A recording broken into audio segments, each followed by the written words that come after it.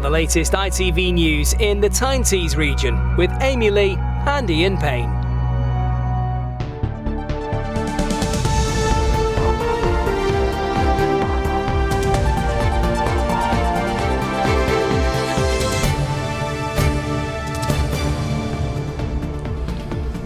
Hello, good evening. Welcome to ITV News Tyne Tees. Tonight's headlines. Thousands are still without TV and radio after the fire at the Billsdale transmitter site in North Yorkshire. A new diagnostic centre that should ease waiting times and help cut the backlog of operations built up during the pandemic. One of the big backlogs that we have is at the beginning of the patient pathway. We need to get people through the scanners and get them on their pathway through the cancer diagnosis. So this will help. We'll find out about the work which is underway to restore the railway line that will link Ashington with Newcastle. I think there's going to be some development along the line. We'll see new business, we'll see new jobs, new opportunities, and it'll be actually great. And Sunderland knocked Port Vale out of the Carabao Cup. Middlesbrough are in action tonight.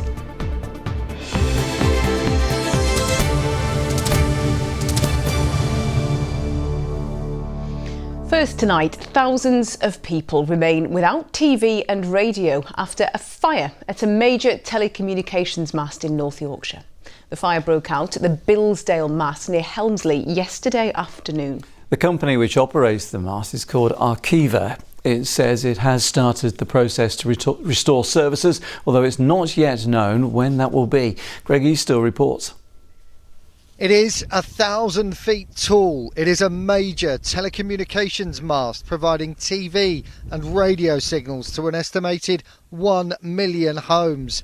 It's a mobile phone mast too. It is not working. And here's why. A blaze that took hold around lunchtime yesterday, sending a plume of thick smoke high into the air. Essential communication links cut off in minutes.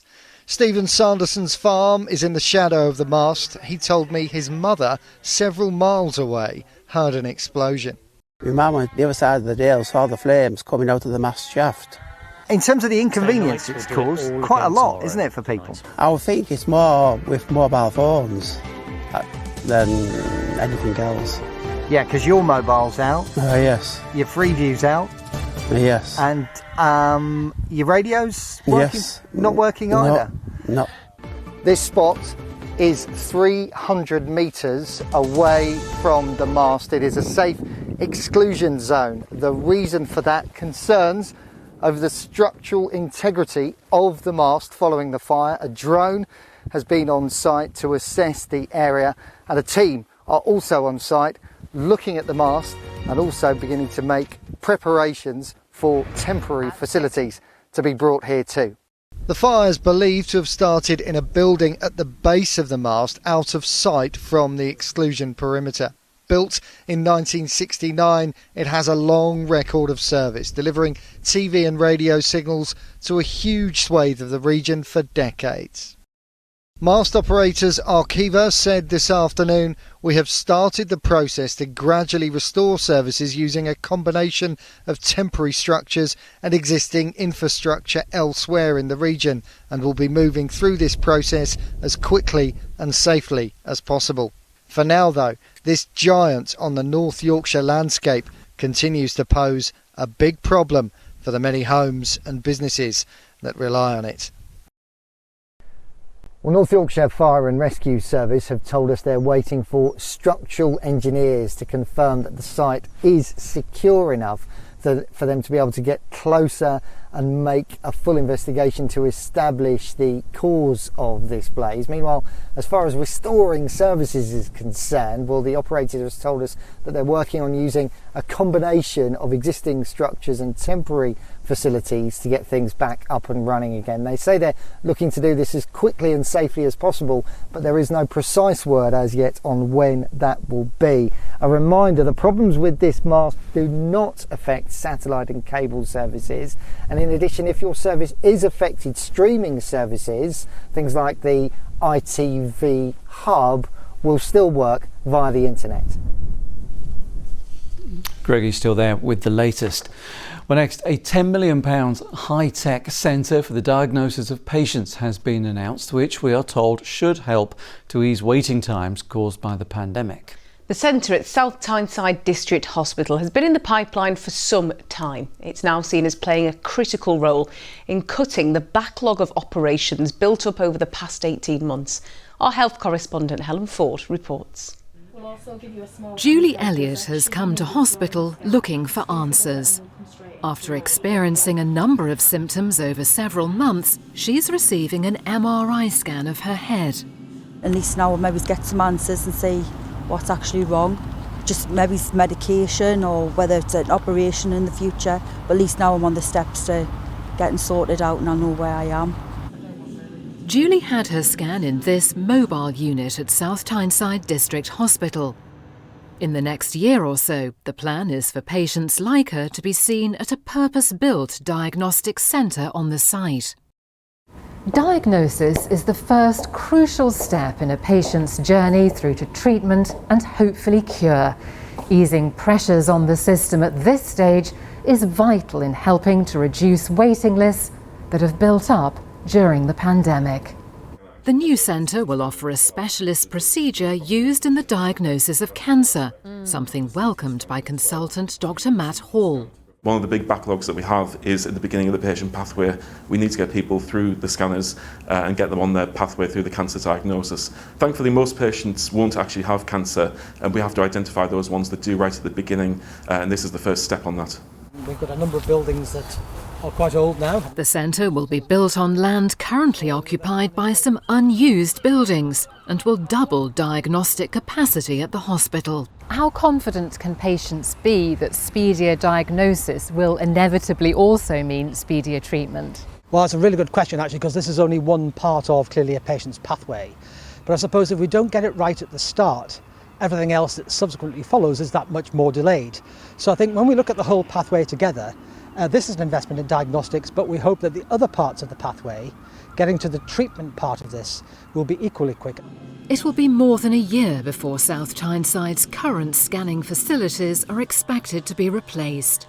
But today's announcement does bring the prospect of diagnosis for more patients more quickly. And Helen joins us now. Helen, it seems that waiting times are going to be an issue dominating the NHS for some time to come. Yes, well, cast your mind back to earlier this summer when the new Health and Social Care Secretary Sajid Javid took office. He said then that he was shocked when he was told that up to 13 million people could be on waiting lists before too long across England.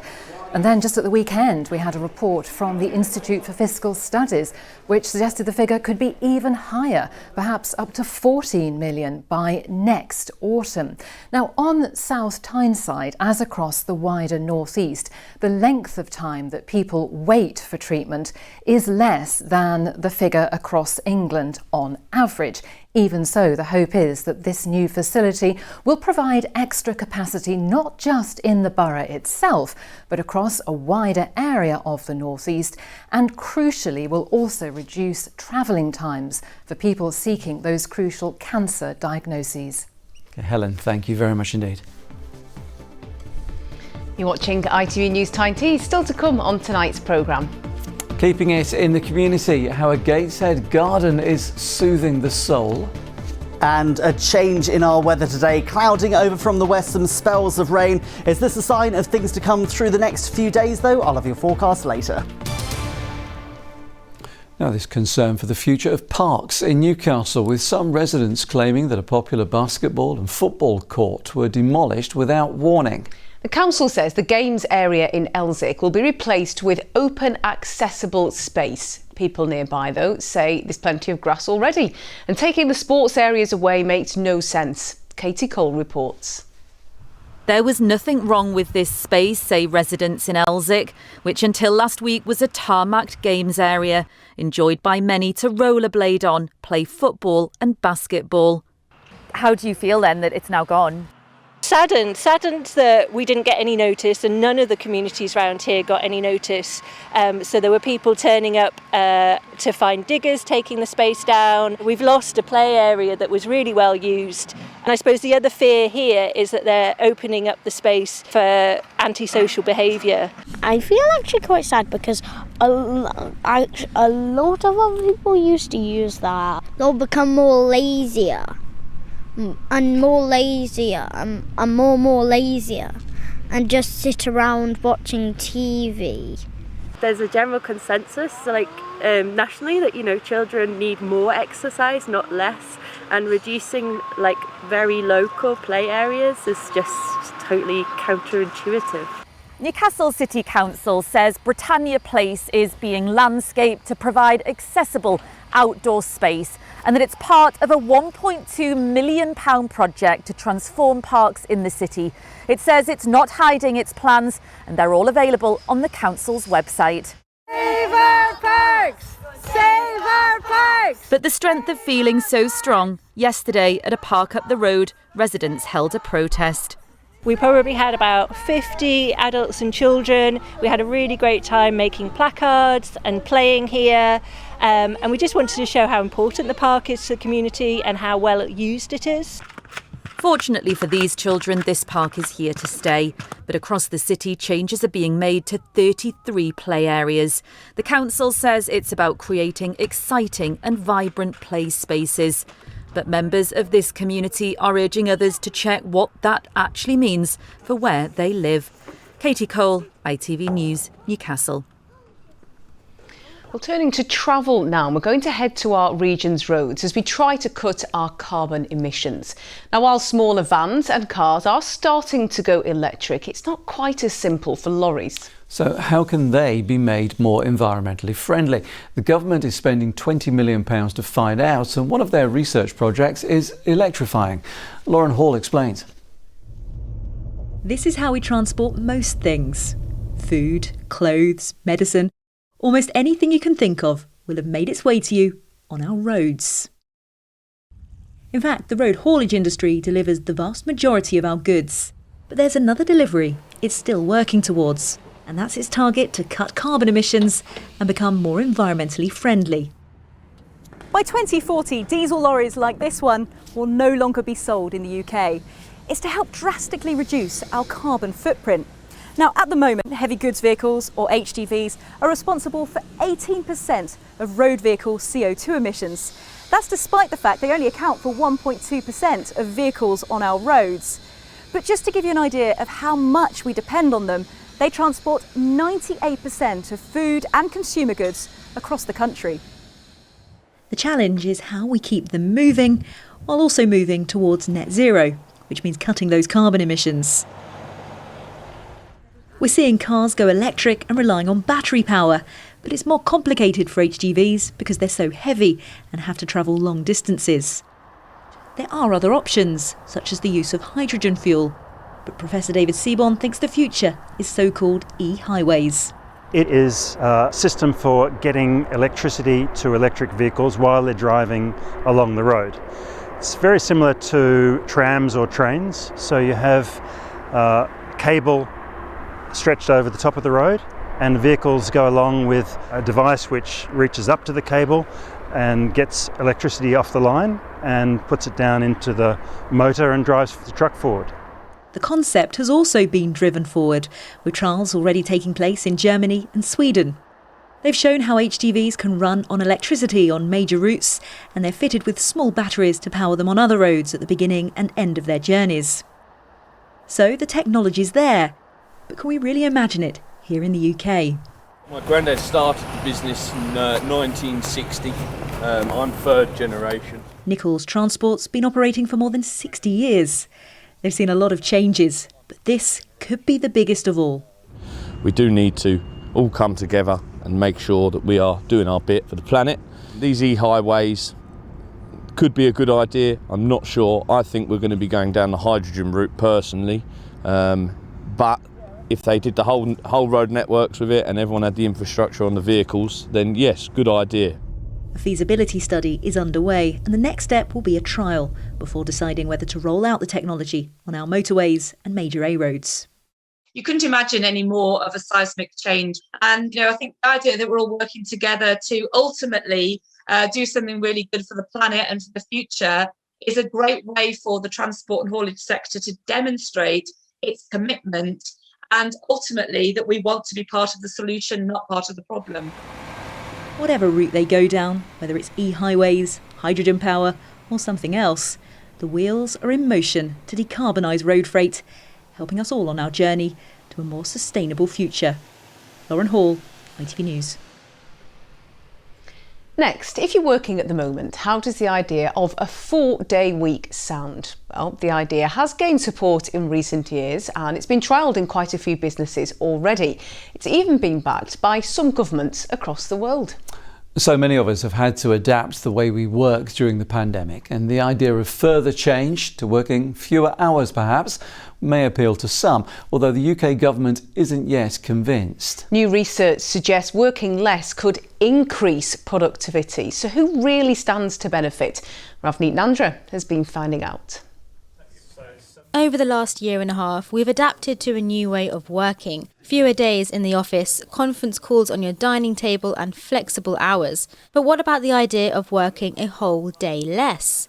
This apps design company is taking up the challenge. They're trialling a 4-day week for 6 weeks. It's to see if productivity increases and whether employees are happier with a better work-life balance. People have sort of got to appreciate the value of the work-life balance. And all we're looking to do here is just to increase that. And the reason we're doing the trial, because we don't want it to be detrimental to the business. The team seem really up for it, really keen to make it work. So I would be surprised if we don't continue it after the trial. It's going to give me a lot more time to spend at home with my family, and I can go on more weekend holidays, get more time in the gym, get more exercise. It's going to allow us to basically focus a bit more and get more done during the day. The UK is said to be overworked. We work longer than most European countries, and workload is the single biggest cause of sick leave. But research suggests shorter working weeks can reduce overwork, resulting in less sick leave and better perceived health and well-being. So does the idea of working a day less appeal to people here in Durham? I think people probably work too much, and for a 4-day week would give them more time to reflect on their lives and other things and whatever, which is what life's supposed to be about. Giving more time to my family at the weekends. As a business owner employing people, it's a bit impractical, so it will cause a few issues for myself and the company that I run, so ideally no. Iceland is leading the way with the 4-day working week after their successful trials. Research found productivity remained the same or improved in most workplaces.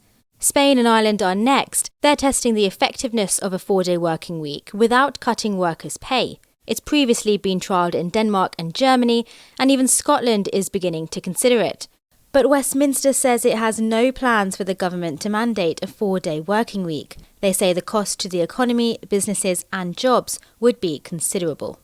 The findings of a new report suggest only 1 in 10 of us would sacrifice pay for more free time. But these are people who already work in higher paid jobs. So who really benefits and who ends up paying for the 4-day working week? We can do that through productivity increases. We can do that through businesses being able to accept lower profits. A 4-day week on its own has the potential to maybe exacerbate inequalities and make them worse. That doesn't mean that it's a bad idea per se, but we've got to look at it as part of a broader package of measures. So looking at ways of kind of increasing hours, increasing kind of the regularity of people's work. Experts say the rollout of a 4-day working week will be slow, and if we can overcome the challenge of how to pay for it, the benefits can be great. Ravneet Nandra, ITV News. Now, work is underway to restore an old railway line in Northumberlands. The 18-mile stretch closed to passengers in the 1960s. It is now scheduled to be revamped and reinstated by 2024. It links Ashington with Newcastle and is only used in part at the moment by freight trains. Those behind the project say the finished route will improve connections, increase employment and improve the economy. Johnny Blair reports. Passengers haven't used this line for nearly 60 years, but history is about to change. This trip along part of the old route on a virtually empty train is to let project leaders take a closer look at what's coming. I think we're going to see a big change. I think there's going to be some development along the line. We'll see new business, we'll see new jobs, new opportunities, and it'll be actually great to be able to see this part of Northumberland, which does need some help getting it and opening up a new corridor that will give it the opportunities that it needs. The line to and from Newcastle will pass through Northumberland Park, Seaton Delaval, Newsham, Blythe Bebside and Bedlington to Ashington. Some of these stops already have stations or platforms, others will get new ones or bring back to life old railway buildings.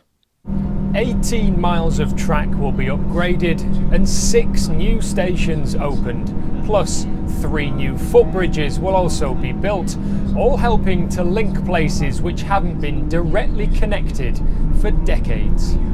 There are some projects with restoring your railways, but they're few and far between. For something as big as this to open up the length of track that we're opening up to such an extent and have so many new stations along the route is absolutely a very unique proposition to be put in. It's great, fantastic.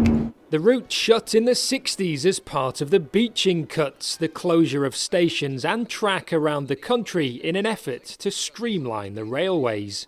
These plans have been mooted for a while. Why hasn't it happened sooner? Well, I think what it is a growing realisation by everyone that we have to do something about CO2, we have to do something about climate change. So putting money into a new railway system is actually absolutely the right thing to do. But it's also an indicator of saying, here's a part of Northumberland that needs some support and some help to regenerate. So let's do this, and it'll get that flow of people, flow of business, flow of opportunity going for years and years to come.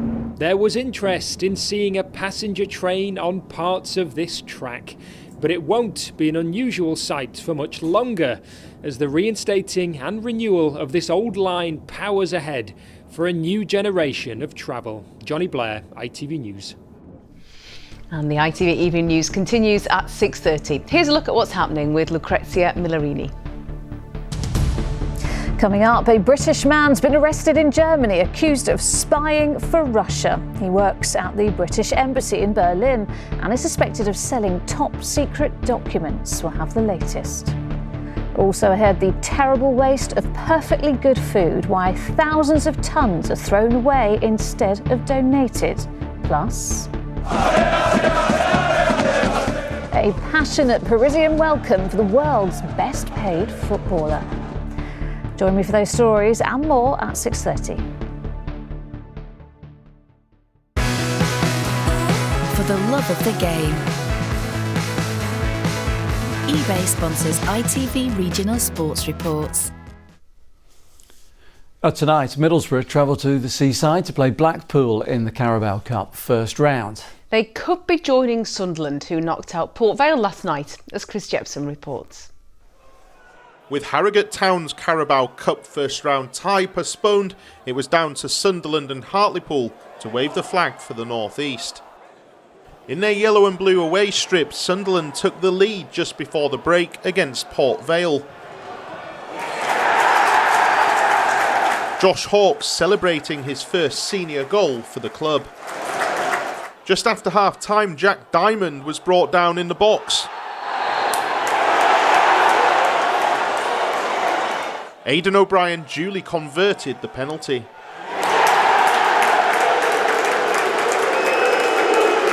Jamie Proctor pulled one back for the home side. But Sunderland held on to secure a place in the second round.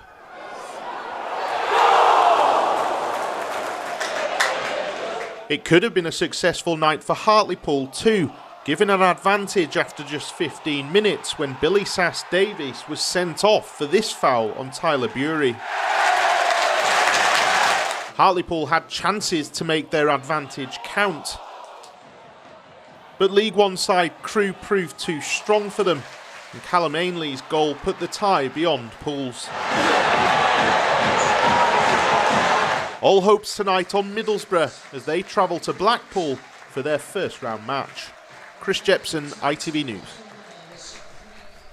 And that's your sport, and it's almost time for the weather now. But before that, Ross has been out and about to look at a project bringing a community together through plants. He's also bringing us the latest from his own allotment.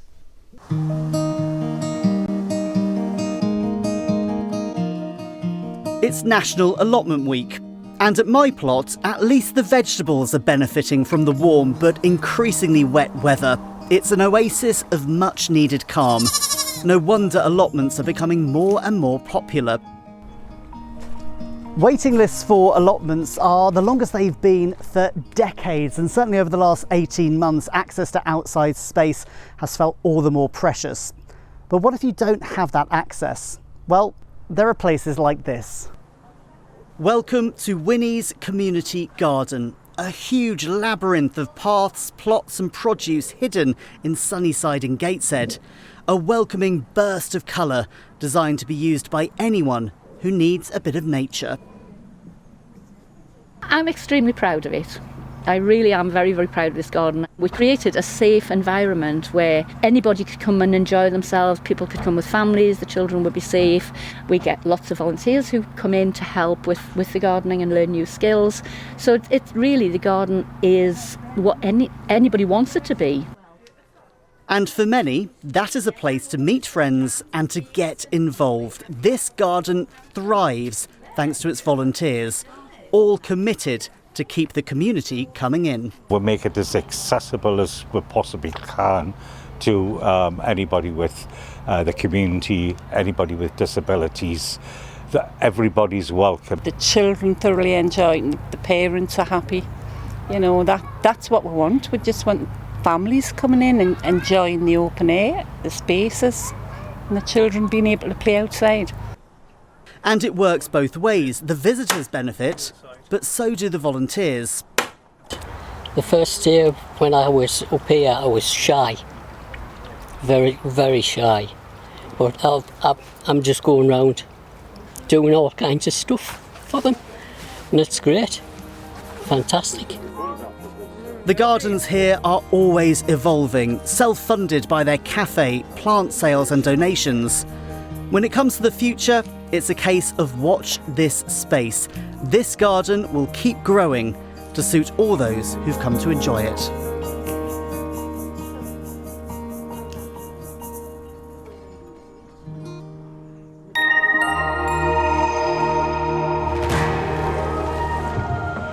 Bringing you blue skies and sunshine. TUI sponsors ITV Tyne Tees weather. Hello, we have seen some patchy rain today, sometimes on the heavy side, but it is slowly clearing its way further east as we make our way through this evening and overnight. Some clearer skies appearing overnight, and that will allow a brighter day tomorrow. Certainly more in the way of sunshine right through the day. A few showers here and there, and with low pressure nearby at the moment, the showers never too far away, just lingering by the UK. That was today's rain. It's up towards the northeast at the moment. Low pressure pushing its way in through Thursday into Friday, occasionally on the breezy side. Still these showers swirling around that, but thanks to the breezes, they move through quite quickly, and actually in the sunshine we're still feeling the benefit of the time of year. Temperatures rising up into the high teens, low 20s. So the patchy rain, it's moving its way out towards the North Sea. Behind that, generally we're looking at clear skies, maybe a few isolated showers over the Pennines into those early hours, with clear skies, some lighter breezes and quite a bit of moisture around. Actually, we will see some patches of fog starting to form in those more sheltered spots as temperatures drop down to around 10 degrees. Going into tomorrow morning then, the fog is short-lived. Quickly it's lifting, it's breaking, lots of sunshine through the morning. High level clouds coming and going, turning that sunshine hazy, and then it's fair weather cloud bubbling up as we head into the afternoon. Small chance there of a few isolated showers, but they move through at quite a pace. It is going to stay breezy, but coming up from that mild direction, highs of around 22 degrees.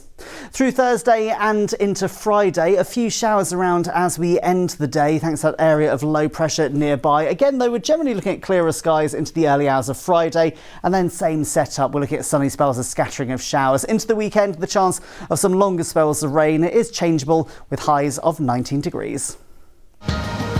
TUI sponsors ITV Tyne Tees weather. It was great to see Winnie's Community Garden in Sunnyside looking so glorious in the weather. And just as importantly as the garden itself, them cakes in the shop looked lovely. You can read more about it on our website as well, along with the rest of the day's news and sport for you. itv.com/Tyne Tees is the address. The national and international news is here for you next, and I'll have the update for you this evening at 10 to 11. Thanks for your company. Have a good evening. We'll see you tomorrow. Bye-bye. Bye-bye.